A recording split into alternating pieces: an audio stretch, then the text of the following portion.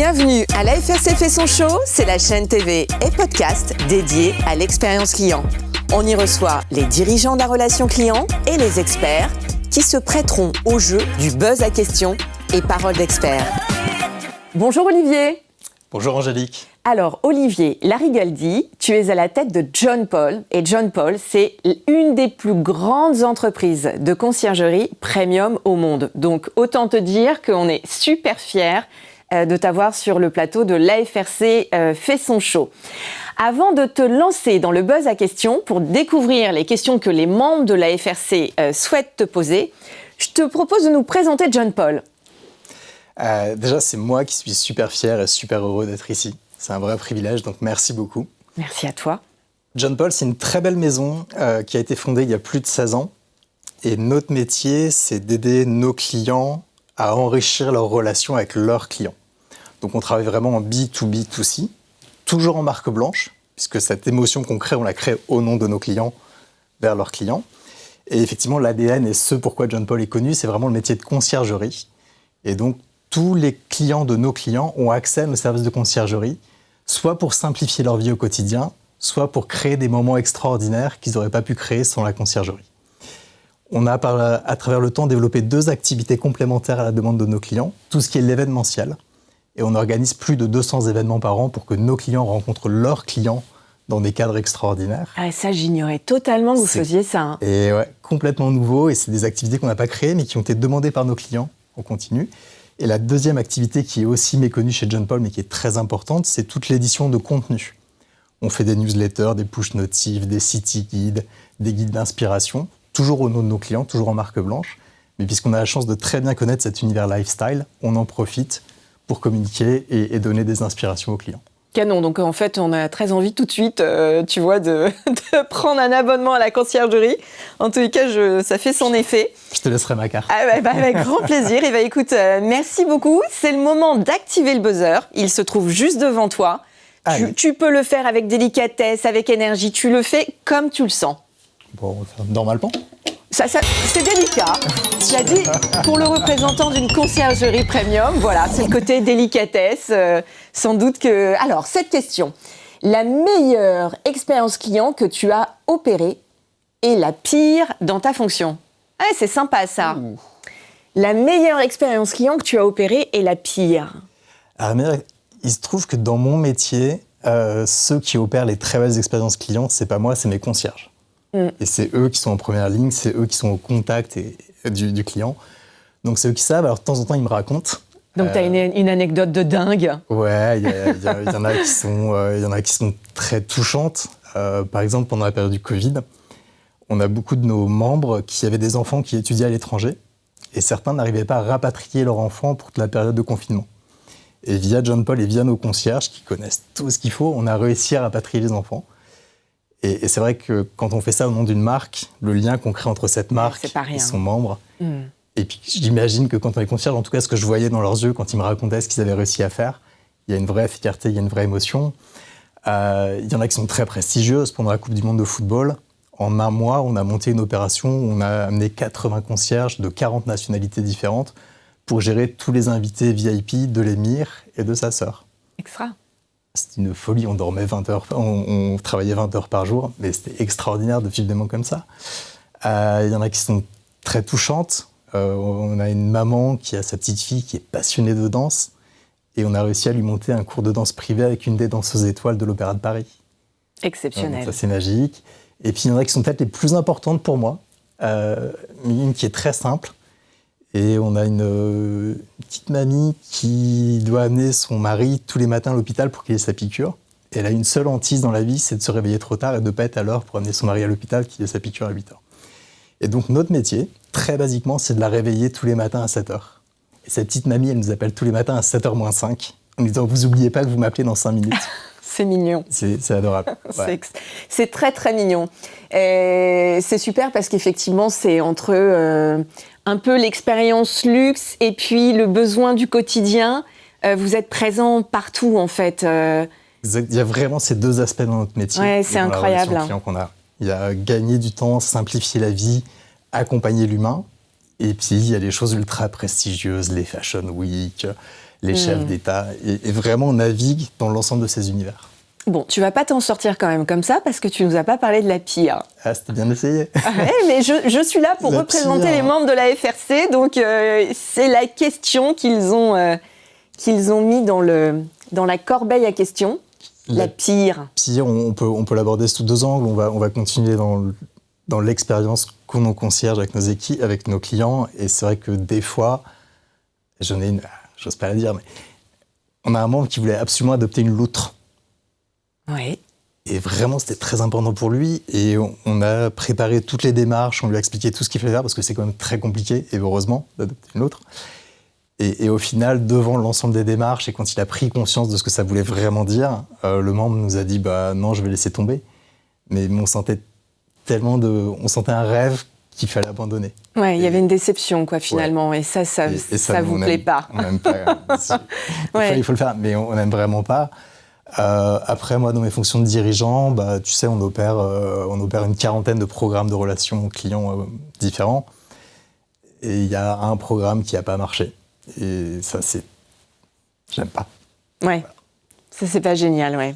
C'est là qu'on apprend, c'est là qu'on teste. On a fait d'autres programmes derrière sur les mêmes bases où on a su corriger, qui ont très bien marché. Mais quand il y a un programme qui marche pas, on n'aime pas.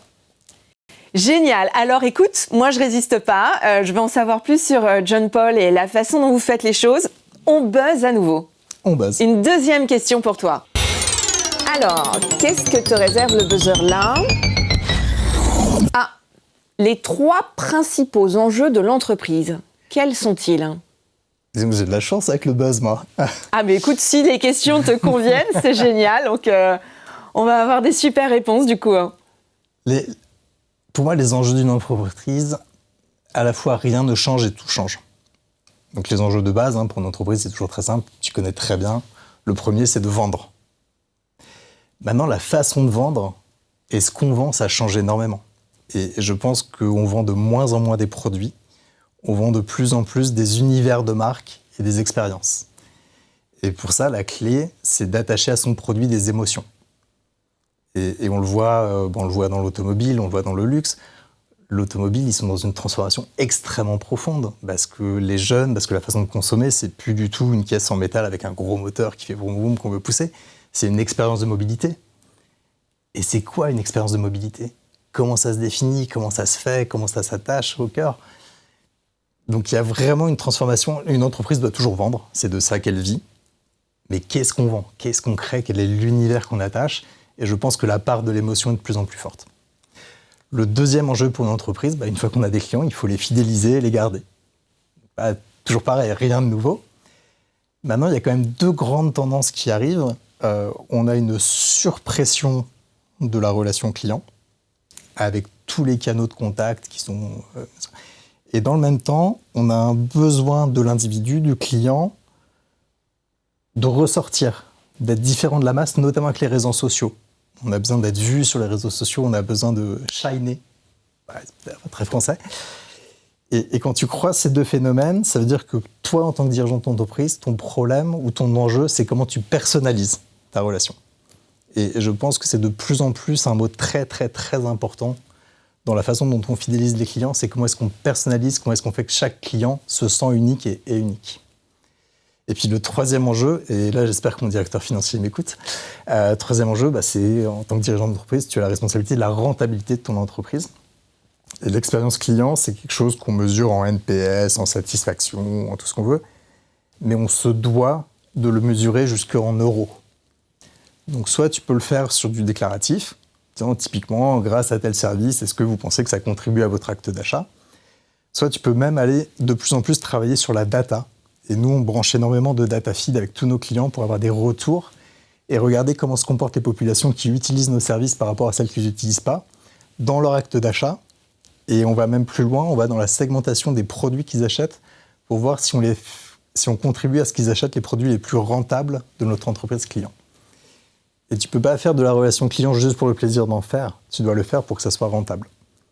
Donc voilà ma réponse, les 3 enjeux, ils ne changent pas, c'est vendre, fidéliser, rentabiliser, et c'est la façon de le faire qui change. Merci Olivier, je te propose de te saisir à nouveau du buzzer. Ah bah on y prend Ready ? On y prend goût, hein.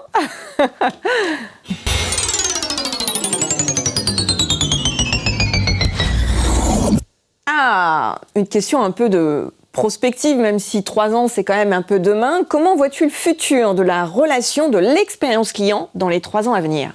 Sur les 3 ans à venir, je pense qu'il y a 4 mots-clés. 4 mots-clés. Hein. Ouais. Le premier mot-clé, évidemment, il y a zéro suspense, c'est l'intelligence artificielle. Donc IA First. IA First, qui est une vraie révolution. Il y a un vrai gap qui est en train de se passer, notamment sur tout ce qui est le customer care, notamment sur tout ce qui est les tâches faciles, répétitives de base. En miroir de ça, il va y avoir la relation humaine.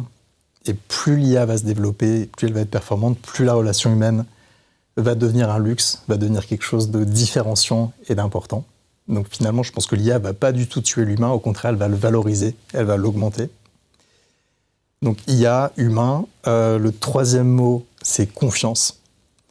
On a un monde de plus en plus digitalisé. Il y a de plus en plus d'attaques, il y a de plus en plus de piratage, il y a de plus en plus de données, que ce soit nos clients entreprises ou nos membres qui sont les clients de nos clients. La sécurisation des données, la façon dont on utilise ces données, la confiance qu'on crée. On parlait d'émotion, il n'y a pas d'émotion sans confiance. Donc le troisième mot-clé pour moi, c'est sécurité informatique, ça, confiance. Et le quatrième mot-clé, encore une fois, je ne vais pas dévoiler grand-chose, c'est tout le thème de l'écologie, de l'ESG. Et nous, on le voit très bien dans les demandes de nos membres. Avant, c'était quand même vraiment du greenwashing. Depuis le Covid, on a vu un vrai shift. Et les gens, dans leur acte d'achat, dans les demandes qu'ils nous font, dans leur choix de restaurant, dans leur choix de voyage, la dimension green devient une réalité avec le portefeuille. Donc voilà les 4 grands thèmes pour moi des 3 prochaines années. Merci beaucoup Olivier. Une dernière question pour le plaisir. Avec plaisir. On se la tente ? Allez, go. c'est parti. Ah, je rebuzz ? Ah mais tu rebuzzes, allez. Toujours avec beaucoup de délicatesse, je tiens à le souligner. Et donc, quel est le moment dans ta carrière chez John Paul dont tu as été le plus fier ? Déjà, je vois, tu as les yeux qui brillent et il y a un truc là. Ouais, donc, tu vas être très étonné parce qu'on a la chance de faire un métier où, dans notre métier, en tout cas, les gens voient beaucoup les paillettes. J'ai parlé tout à l'heure du fait qu'il y avait aussi beaucoup de simplicité dans notre métier. Beaucoup de choses où, typiquement, on réserve des billets de train pour les gens. Enfin, tu vois, il n'y a rien de magique. Mais on fait gagner du temps aux gens, on fait gagner de la simplicité aux gens. Donc, il n'y a pas que les paillettes dans notre métier, même si les paillettes sont ce dont les gens adorent parler. Et je ne vais pas te parler de rencontres avec des chefs d'État, je ne vais pas te parler de défilés au Fashion Week, je ne vais pas te parler de rencontres avec des stars. Moi, le moment le plus fier, c'est le jour où j'ai pu décrocher mon téléphone, appeler mon boss Sébastien Bazin et lui dire « Sébastien, on vient d'être certifié PCI DSS niveau 1 ». Et en fait, c'est vraiment l'envers du décor. C'est derrière ces paillettes, la quantité de rigueur, la quantité de précision, la quantité de travail qu'il y a de toutes mes équipes, de coordination, de tout ça, pour que la magie soit possible. Et PCI DSS niveau 1, c'est une norme de sécurité informatique et de process que tu dois très bien connaître et qui témoigne tout le travail et toute la rigueur que met ton entreprise derrière les cuisines pour que dans la salle du restaurant, il puisse y avoir la magie. C'est presque la cartographie, c'est ça un peu ? Exactement, c'est la cartographie de tes systèmes d'information, de tes process, de ton organisation physique, de ton organisation humaine. Et de comment tout ça communique. Exactement. Et en fait, quand dans la cuisine, on arrive à mettre tout ça en place... Ouais, surtout avec les grands écarts sur vos activités quand même. Enfin... Les activités, les systèmes d'information, les plaques géographiques, les canaux. Il y a 8 canaux de communication pour pouvoir rentrer en contact avec nous. Et tout ça doit arriver sur un CRM qui doit être unifié, tout doit être sécurisé, on a nos propres applications. Donc c'est un travail de dingue. Et le jour où tu peux appeler ton boss et lui dire bah voilà, notre entreprise, on s'est tous mis en ligne et ça vient d'être certifié, c'est une vraie fierté. Oui, je comprends. Eh bien, écoute, oui, c'est vrai que moi, je me rendais pas compte à quel point l'élastique pouvait être tendu entre la méga expérience, le besoin du quotidien, le fait de faire gagner du temps, finalement, à des gens comme moi, et puis jusqu'aux chefs d'État, aux grands footballeurs. C'est incroyable. Donc, John Paul, c'est effectivement la conciergerie. c'est la création d'événements partout dans le monde. Donc ça, j'ai découvert grâce à toi. C'est aussi du contenu. Voilà, pour inspirer, hein, je crois que c'est le terme que tu as employé. C'est aussi la création de design d'expérience au service de l'émotion. Tout ça drivé par la data que vous collectez et que vous analysez pour rendre toujours ces expériences toujours plus riches.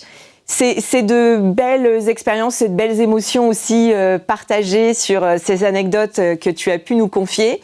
Et puis, sur la pire expérience vécue, c'est finalement cette obsession. Moi, c'est ce que je retiens de de ce que tu nous as raconté, c'est cette obsession à satisfaire.